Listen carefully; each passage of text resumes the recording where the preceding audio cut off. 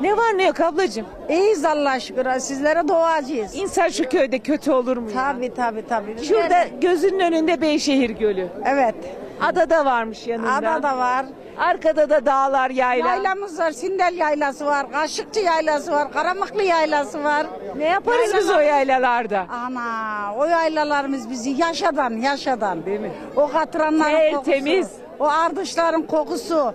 Bize nasıl gelir biliyor musun? Nasıl gelir? Nasıl gelir? Şöyle tutun. Dediğimizde nefesimiz içimize. Tertemiz gelir değil mi? Tertemiz gelir, Hiçbir tabii. yerde yok bu koku değil mi? Yok hiç yok. Karaağaçlar falan var ya. Bizim bura havas ederler yani. Sizin gençliğiniz, yaşınız, kocanız belli değil derler.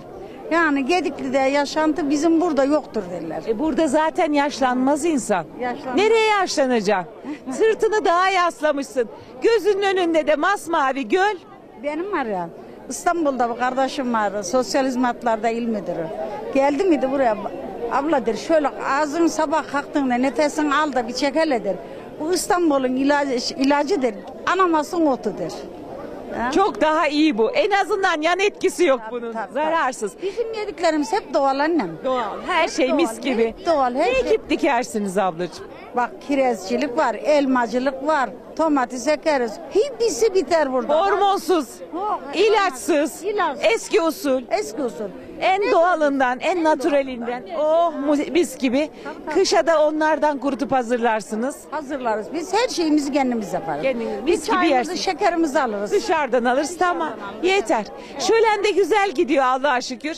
Azıcık yağmur bereket var ama olacak. O da bir hareketimiz ne derim ya olmaz. Onsuz olur mu ya? Allah eksik etmesin. Allah inşallah cümlemizine yarasıyla. Her günümüz böyle olsun inşallah. Bizim köyümüzde kavga, niza, dövüş, parti hiçbir şey olmaz. Hiçbir şey yok. Herkes kardeş. Herkes akraba. Şu gördüğün içeride olan var ya. Hep bir soydan bir sülaleden gelinimiz, kızımız, çorumuz, çocuğumuz. O yeter bize Tabii ki, işte. tabii ki, tabii. Birliğimiz, beraberliğimiz. Biz de tutuverdik ablamın elinden. Adın neydi ablacığım? Mahan Toşur. Ümmühan ablamın elinden biz de birlik beraber oluverdik. Bu hafta Kültür Kervanı ekibi olarak çok teşekkür ederiz Ümmühan ablacığım. Biz de size teşekkür ederiz. Çok sağ olun, var olun. Düğünlerimize de katılın, İnşallah. düğünlerimize de gelin. İnşallah Bak, Allah torun- ömür verirse. Bak 4 tane düğün olacak, 4 tane evlenecek. Benim öğretmen torunum var. İnşallah. Öğretmen kız alacağız. Gelin düğünümüz. Allah razı olsun. Temmuz'un 25'inde. Allah